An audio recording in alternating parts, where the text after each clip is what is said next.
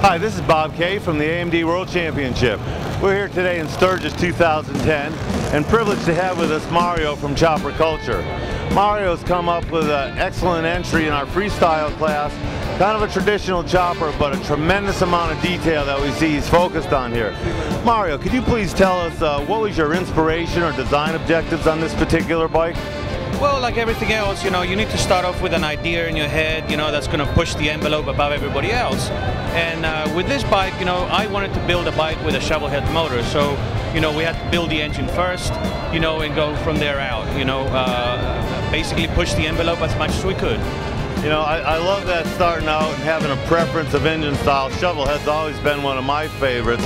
But as I sit down and look at this tank, I just noticed a tremendous amount of detail.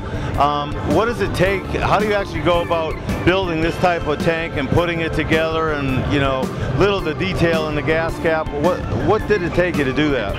Well, obviously the idea that I had, before I started anything, was to flange my tank and fender with wing nuts. I wanted to go with the idea of using wing nuts like a barrel, like a barrel from a brewery almost, back from the day.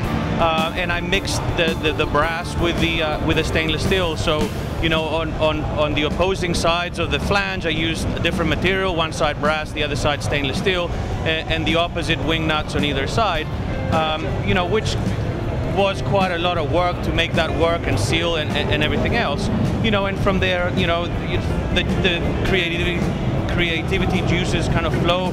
I ended up doing a side gauge that's almost got like a nautical theme to it, that you can see the fuel come down, and it was from there on. Well, I'm just amazed. The execution is flawless. Being able to do that flange design has to be a pretty perfect fit, so you don't have any leakage and everything works out.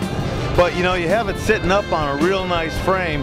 How did you come about deciding exactly what kind of rake, stretch, and a little different variation on the wishbone theme? That's just brilliant. So talk to us about that. Right, well, this frame is actually one of our frames. This is our first frame that we started producing for the public. And the trick thing behind this is that we have a wishbone that Siameses the pipe onto a gooseneck, and it's a very trick and kind of difficult thing to build. Nobody else does it out there, so this is our proprietary frame. A real nice way to carry on a long-term wishbone tradition with a new twist. Correct. I'll give you a little credit there. Of course, the heart of this bike is this shovel head engine. What exactly do we have here? Is there any other reason besides your preference for shovel heads? And what about the intake system you have here? Okay, well, the shovel head motor was built by ourselves, again, with a bunch of different parts to what I thought was a motor to put on a bike that looked real good, and at the same time you could take out on the street and ride. And we started off with an STD case over here. We had it punched out to 3" and 5/8 a bore, and we put a 93 SNS stroker kit on there. But at the same time, we did a lot of trick stuff. We split the rocker boxes, so they're kind of different, and we use internal oiling opposed to your traditional lines that you would have outside. So it's kind of different to everybody else. It's got a lot of power. The intake that you're talking about is a custom horn with a filter system. So again, it's functional. You can take it out and ride it. We ride the bike. We rode it everywhere all over Europe. And it's a bike to run every day. So it's got to be functional at the same time. Well, I noticed there's a lot of brass trim, which is not necessarily unique, but then all of a sudden the way you've applied it, just very tastefully, your end caps on your bars, your grips, and moving down to the wheels, just really nice the way you did those fat spoke wheels. Is there any particular type of wheel and brakes that you've used there? Well, yes, the brakes are from HHI. I use all their stuff, the Sproto systems. I use those on all my bikes. It's a very good system that kind of keeps the right-hand side of the bike clean, and at the same time, you have a good braking, a good efficient brake. And same for the forward brake. Now the wheels, I got the idea of doing something different that nobody else has, and this was trying to incorporate the kind of theme that I had with the brass lines, brass lines and copper lines and brass fittings. So I had my friend from Ride Wheels, Sam, build me those wheels. They were one-off, and that's why they look kind of different. Well, you know, great job. Sam does a lot of nice wheels. I've used his wheels before, but having that type of finish and set off it matches perfectly. You've really done a nice job here.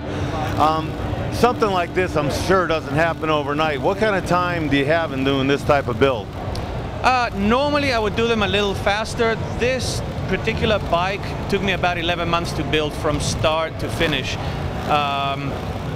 There was a lot of work that went in late at night when we had deadlines and so on and so forth, but it wasn't, you know, your 11 months every day. It was, you know, fitting it in with everything else.